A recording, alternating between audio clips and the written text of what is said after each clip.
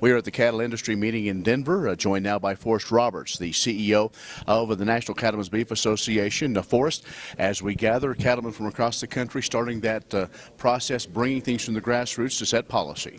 You bet, Kim. We've had a great week here in Denver, and it's, again, that time that we come together every year in the early part of August to really formalize and finalize a lot of our business priorities and our business plans and our strategies and programs for the next year. We've had a great week this week. Folks came in with, I think, probably a better sense of optimism than I've seen in the 5 years that I've been here. Naturally, Mother Nature has probably helped us a lot in that area, with maybe an exception of areas like California with the continued drought they're facing. But overall, with a little more rainfall and just to see where this entire cattle market is today, I think folks have really had smiles on their faces and a lot of less red in their eyes, and really, more importantly, Ken, ready to engage, ready to really provide input on decisions that we're making here over the course of the next few months that I believe will have not only an impact in the next year, but probably the next decade in terms of the future of this industry. So overall, a great level of engagement this week and a great week in Denver. Some news being made from the checkoff side anyway. A report that they had done showed a great return of that, so sure means that beef is still being perceived very positively. You bet. NCBA is a very proud contractor to the beef checkoff program, and the return on investment study we look at once every 5 to 10 years, and what it does, Ken, is it allows us to take a step back and say, let's understand all of these areas of investment with that dollar per head assessment. What's been the return? What's been the impact when we look at demand creation domestically as well as demand creation internationally? And when you roll all that together, whether it be in the areas of what we've done with research or managing issues or creating that consumer influence or confidence in beef, we see that return to be, based off of this data and this analysis, to be $11.20 for every dollar invested. So as we look at discussions around where do we go in the future, do we look at enhancing the federal checkoff, that was a great data point for producers to then take back to their peers and talk to them about the return on investment. I don't know of any businessman in this country that wouldn't say every time I can put $1 on the table and get $10.20 back plus that first dollar I put on the table, they'll take that opportunity, any men or women, any cattlemen or cattlewoman across this country.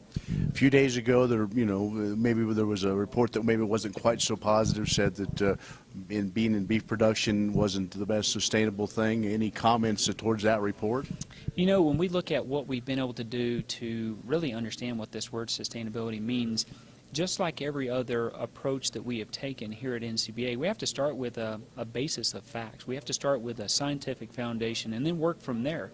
And as you know, here over the past several years, this whole topic of sustainability has been a word that has meant a lot of different things to a lot of different people. So through a checkoff-funded effort, we've been able to look at delivering what the delivery of the life cycle assessment really means to producers. And what it told us is that producers really are sustainable. We knew that, but this validates that. It allows them to understand and communicate how they've been continually improving. So we're ready to continue to take that information to the country and then look at how we can look at practices that producers have been doing and that want to do in the future, of how we demonstrate that further continuous improvement here over the next several decades. Because that, in and of itself, that data and that engagement for producers, that will allow us to more effectively address articles like the one you're in the reports that you're referencing. Another issue, trade. We have several trade, the TPP, TTIP, others. You can go through that litany of other trade agreements we want to get done. Is it frustrating to try to find ways to continue to move more beef?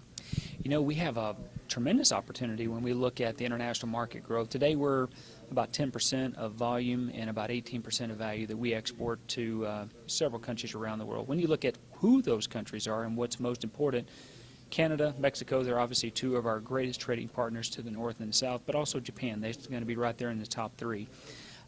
Today, what's most intriguing for me, I spend a lot of time in this area, and I'm very honored to have the role of the chair of the Ag Policy Advisory Committee to USDA and to USTR.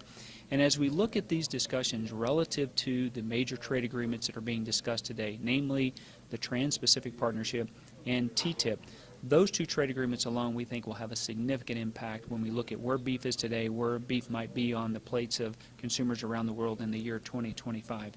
And so our focus has been on how do we engage with Japan in closing TTIP in a way that allows for meaningful market access with reduced tariff. And we think we have an opportunity to continue to move that ball forward. But overall, when we look at today where we are, that value, Ken's about $350 a head on the value of a fed steer or heifer, and that is significant. But where will it be in 20 years from now? I think we have an opportunity to move to exporting 25% of our total production, while at the same time our total production continues to increase as we rebound and have a greater level of supply. Today it's not about demand, it's about how much supply do you have to meet the demand that we've already created. Sure. Last thing, give you the opportunity in front of the camera here. It's power in numbers as we talk to folks in attendance here. It's good to see a good cross-section, but always need more to help tell the story with when you go to Congress and just trying to get some things done. So make that pitch for membership.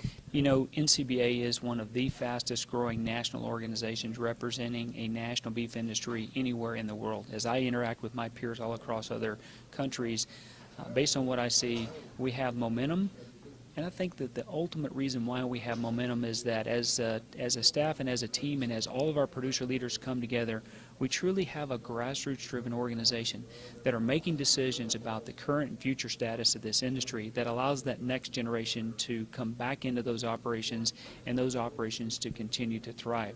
So that level of engagement that we have, Ken, we have such a level of momentum with our growth that what we want is more cattlemen and women across the country to come be a part of this, come engage, be a part of the process, be a member of NCBA, because we are truly moving the needle on demand creation and at the same time building a positive beef business climate for the future and the next generation. That's why we want people to be engaging with our organization.